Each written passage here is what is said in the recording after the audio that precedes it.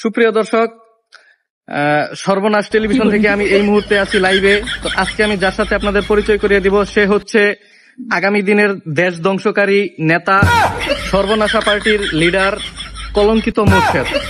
তো চলুন এই মুহূর্তে সেই কুলাঙ্গারের সাক্ষাৎকার নেওয়া যাক। সুপ্রিয় দর্শক মন্ডলী, আপনাদেরকে আমি আজ এই সর্বনাশা টেলিভিশনের পক্ষ থেকে অনেক অনেক অভিনন্দন জানাচ্ছি। সেই সঙ্গে আমি বলতে চাই, আমাদের দল সর্বনাশা দল যদি সামনে ক্ষমতায় আসে তাহলে আমরা রাস্তা ঘাট বিদ্যুৎ কিছুই রাখবো না, একেবারে রাম রাজত্ব এনে দেবো আমরা। আপনারা বলছেন রাম রাজত্ব আবার কাকে বলে? শুনুন তাহলে। রামের আমলে যেমন পাকা রাস্তা ছিল না, আমার আমলে তেমন পাকা রাস্তাও থাকবে না।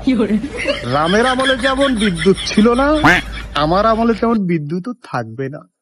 তাই চিন্তা করেন না, আমরা একেবারে রাম রাজত্ব এনে দেব। আমরা হলাম গিয়ে সর্বনাশা পার্টি, দেশ ধ্বংসের কারিগর। কারণ আমি আগে ছিলাম চোর, আমি আগে ছিলাম বাটপার, আমি আগে ছিলাম সিন্ডিকেটকারী, আমি আগে ছিলাম লুচ্চা, আমি আগে ছিলাম মাদক কারবারি, আমি এখন হব দেশ ধ্বংসকারী।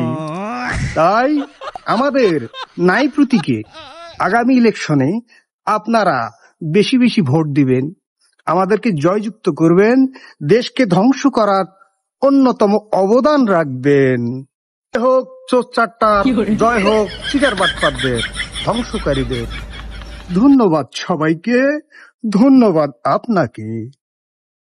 তো সুপ্রিয় দর্শক, কলঙ্কিত মোর্শেদের বক্তব্য আপনারা সবাই শুনেছেন। তো যদি আপনারা দেশে হইতে চান তাহলে বেশি বেশি কলঙ্কিত মোর্শেদরে ভোট দিবেন।